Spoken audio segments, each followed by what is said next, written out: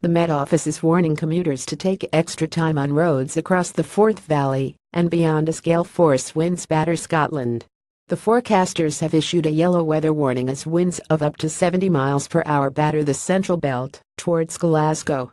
Commuters are cautioned to take care while traveling over the Clackmannanshire Bridge, as Traffic Scotland say delays are likely. Frequent heavy showers are also expected to fall throughout the day, but are expected to clear by lunchtime. BBC Scotland weather forecaster Judith Ralston said it's the first proper autumnal low to push in from the Atlantic, bringing widespread gales across the country.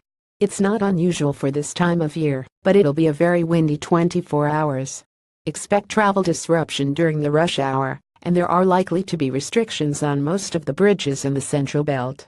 Stay up to date with everything on Forth Valley's roads by tuning into our Central FM traffic reports at 1:15 and 1/4 to the hour.